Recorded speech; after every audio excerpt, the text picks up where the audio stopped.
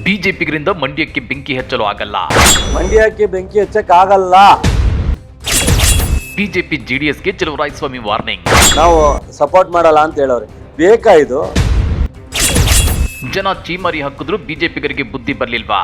ಸಾಮಾನ್ಯ ಜನನು ಹೇಳ್ತಾವ್ರೆ ಮಂಡ್ಯದಲ್ಲಿ ಇವೆಲ್ಲ ನಡೆಯಲ್ಲಪ್ಪ, ಬರಬೇಡಿ ಅಂತ.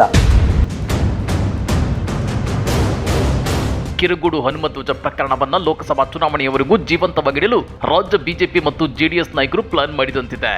ಹೀಗಾಗಿ ಲಾಠಿ ಚಾರ್ಜ್ ಆದವರ ಮನೆಗಳಿಗೆ ಹೋಗಿ ಬಿಜೆಪಿ ಕಾರ್ಯಕರ್ತರು ಮೊಸಳೆ ಕಣ್ಣೀರು ಸುರಿಸಿ ಕನಿಕರ ವ್ಯಕ್ತಪಡಿಸುವ ಮೂಲಕ ಅವರನ್ನ ಸರ್ಕಾರದ ವಿರುದ್ಧ ಪ್ರತಿಭಟನೆಗೆ ಬಳಸಿಕೊಳ್ಳೋಕೆ ಮುಂದಾಗುತ್ತಿದ್ದಾರೆ ಅನ್ನೋ ಸುದ್ದಿಗಳು ಹರಿದಾಗ್ತಿವೆ. ಈ ಬಗ್ಗೆ ರಿಯಾಕ್ಟ್ ಮಾಡಿರೋ ಸಚಿವ ಚಲುವರಾಯಸ್ವಾಮಿ ಬಿಜೆಪಿಗರಿಂದ ಮಂಡ್ಯಕ್ಕೆ ಬೆಂಕಿ ಹಚ್ಚಲು ಆಗಲ್ಲ ಅಂತೇಳಿ ತಿರುಗೇಟನ್ನ ಕೊಟ್ಟಿದ್ದಾರೆ.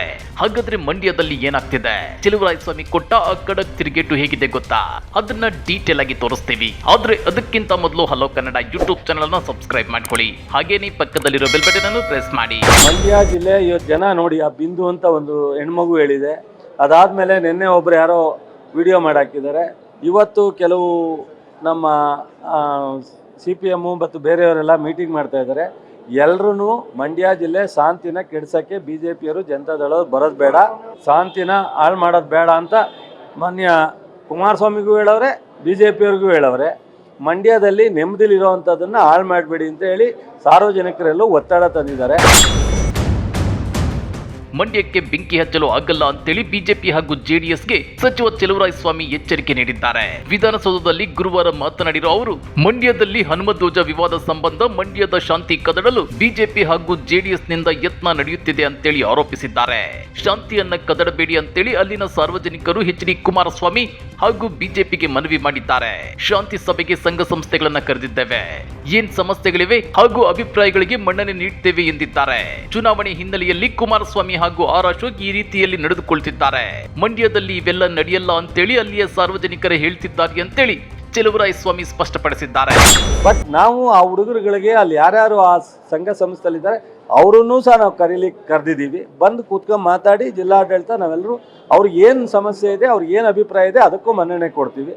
ಅದು ಬಿಟ್ಟು ಇವರು ಅವರನ್ನು ಪ್ರವೋಕ್ ಮಾಡ್ತಾ ಇದ್ದಾರೆ, ಪ್ರಚೋದನೆ ಮಾಡ್ತಾ ಇದ್ದಾರೆ ವಿನ ಮಂಡ್ಯ ಜಿಲ್ಲೆ ಜನ ಯಾರೂ ಸಹ ಈ ವಿಚಾರದಲ್ಲಿ ಹಸ್ತಕ್ಷೇಪ ಇಲ್ಲ. ಮಂಡ್ಯ ಜಿಲ್ಲೆ ಜನ ಈವನ್ BJP ಬೆಂಬಲಿಸಲಿ, JDS ಬೆಂಬಲಿಸಲಿ, ಅವರು ಸಹ ಶಾಂತಿಯುತವಾಗಿ ಸಮಾಧಾನವಾಗವ್ರೆ. ಚುನಾವಣೆಗೋಸ್ಕರ ಮೊನ್ನೆ ಕುಮಾರಸ್ವಾಮಿ ಅವರು, ಅಶೋಕ್ ಅವರು ಪಾಪ ತೀಟೆ ಮಾಡಕ್ಕೆ ಹೋಗ್ತಾ ಇದ್ದಾರೆ. ಮಂಡ್ಯದಲ್ಲಿ ಇದೆಲ್ಲ ನಡೆಯಲ್ಲ ಅಂತ ನಾನಲ್ಲ, ನಿನ್ನೆಯಿಂದ ಹೇಳ್ದಂಥ ಎಲ್ಲ ಸಾಮಾನ್ಯ ಜನನು ಹೇಳ್ತಾವ್ರೆ ಮಂಡ್ಯದಲ್ಲಿ ಇವೆಲ್ಲ ನಡೆಯಲ್ಲಪ್ಪ, ಬರಬೇಡಿ ಅಂತ. ನಾನು ಹೇಳ್ತಾ ಇಲ್ಲ.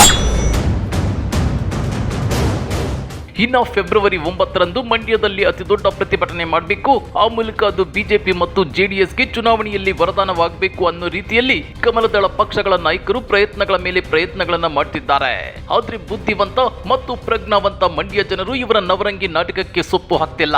ಮಂಡ್ಯದಲ್ಲಿ ಶಾಂತಿ ಕದಡುವಂತ ಪ್ರತಿಭಟನೆಗಳಿಗೆ ನಾವು ಬರಲ್ಲ ಅಂತ ಹೇಳುತ್ತಿದ್ದಾರೆ ಅಂತೇಳಿ ಸಚಿವ ಚಲುವರಾಯಸ್ವಾಮಿ ಹೇಳಿದ್ದಾರೆ. ನಿನ್ನೆ ಯಾವುದೋ ಒಂದು ಸಂಘದವರು ಮೀಟಿಂಗ್ ಮಾಡಿ ಮಂಡ್ಯ ಬಂದು ನಾವು ಇದು ಬಿಸ್ನೆಸ್ ಹೋಟ್ಲು ಕೂಟದವರೆಲ್ಲ ನಾವು ಸಪೋರ್ಟ್ ಮಾಡಲ್ಲ ಅಂತ ಹೇಳೋರೆ. ಬೇಕಾ ಇದು? ಹೇಳಿ, ನಿಮ್ಗೆ ಯಾರ್ಯಾರು ಚೆನ್ನಾಗಿದ್ರೆ ಕುಮಾರಸ್ವಾಮಿ ಅವರು, ಅಶೋಕು ಹೇಳಿ. ಮಂಡ್ಯಕ್ಕೆ ಬೆಂಕಿ ಹಚ್ಚಕ್ಕಾಗಲ್ಲ. ಮಂಡ್ಯನ ಇವರು ಅಶಾಂತಿಯ ವಾತಾವರಣ ನಿರ್ಮಾಣ ಮಾಡೋದಕ್ಕೆ ಜನತಾದಳದವರೆಗೂ BJPಯವರೆಗೂ ಆಗಲ್ಲ. ಇನ್ನು ಚಲುವರಾಯಸ್ವಾಮಿ ವಿರುದ್ಧ HD ದೇವೇಗೌಡರ ಟೀಕೆಗೆ ಪ್ರತಿಕ್ರಿಯೆ ನೀಡಿ, ನನ್ನ ಇತಿಹಾಸ ಓದಲು ಹೇಳಿ, ನಾನು ಯಾರಿಂದ ಹೇಗೆ ಬಂದೆ, ಮಂಡ್ಯ ದೇವೇಗೌಡರ ಕುಟುಂಬಕ್ಕೆ ಸಹಾಯ ಮಾಡಿದ್ಯಾ, ದೇವೇಗೌಡರ ಕುಟುಂಬಕ್ಕೆ ಮಂಡ್ಯ ಸಹಾಯ ಮಾಡಿದ್ಯಾ, ಇತಿಹಾಸವನ್ನ ನೋಡಲಿ ಅಂತೇಳಿ ತಿರುಗೇಟು ಕೊಟ್ಟಿದ್ದಾರೆ. ಅದೇನೇ ಇರ್ಲಿ, ಸರ್ವ ಜನಾಂಗದ ಶಾಂತಿಯ ತೋಟದಂತಿರೋ ಮಂಡ್ಯದಲ್ಲಿ ಹನುಮಧ್ವಜ ಸಂಘರ್ಷವನ್ನ ಜೀವಂತವಾಗಿಡಲು ಕಮಲದಳ ಪಕ್ಷಗಳು ಯತ್ನಿಸುತ್ತಿವೆ ಅಂತೇಳಿ ಸಚಿವ ಚಲುವರಾಯಸ್ವಾಮಿ ಹೇಳ್ತಿದ್ದಾರೆ. ಹಾಗಾದ್ರೆ ಕಮಲದಳ ಪಕ್ಷಗಳಿಗೆ ಮಂಡ್ಯ ಜನ ಸೇರಿದಂತೆ ರಾಜ್ಯದ ಜನ ಲೋಕಸಭಾ ಚುನಾವಣೆಯಲ್ಲಿ ತಕ್ಕ ಪಾಠ ಕಲಿಸ್ತಾರಾ? ಕಮೆಂಟ್ ಮಾಡಿ, ವಿಡಿಯೋ ಲೈಕ್ ಮಾಡಿ, ಶೇರ್ ಮಾಡಿ. ಇಂಥ ಮತ್ತಷ್ಟು ರೋಚಕ ರಾಜಕೀಯ ಸುದ್ದಿಗಳನ್ನ ಮಿಸ್ ಮಾಡದೆ ನೋಡಬೇಕು ಅಂದ್ರೆ ಹಲೋ ಕನ್ನಡ ಯೂಟ್ಯೂಬ್ ಚಾನಲ್ ಅನ್ನ ಸಬ್ಸ್ಕ್ರೈಬ್ ಮಾಡ್ಕೊಳ್ಳಿ.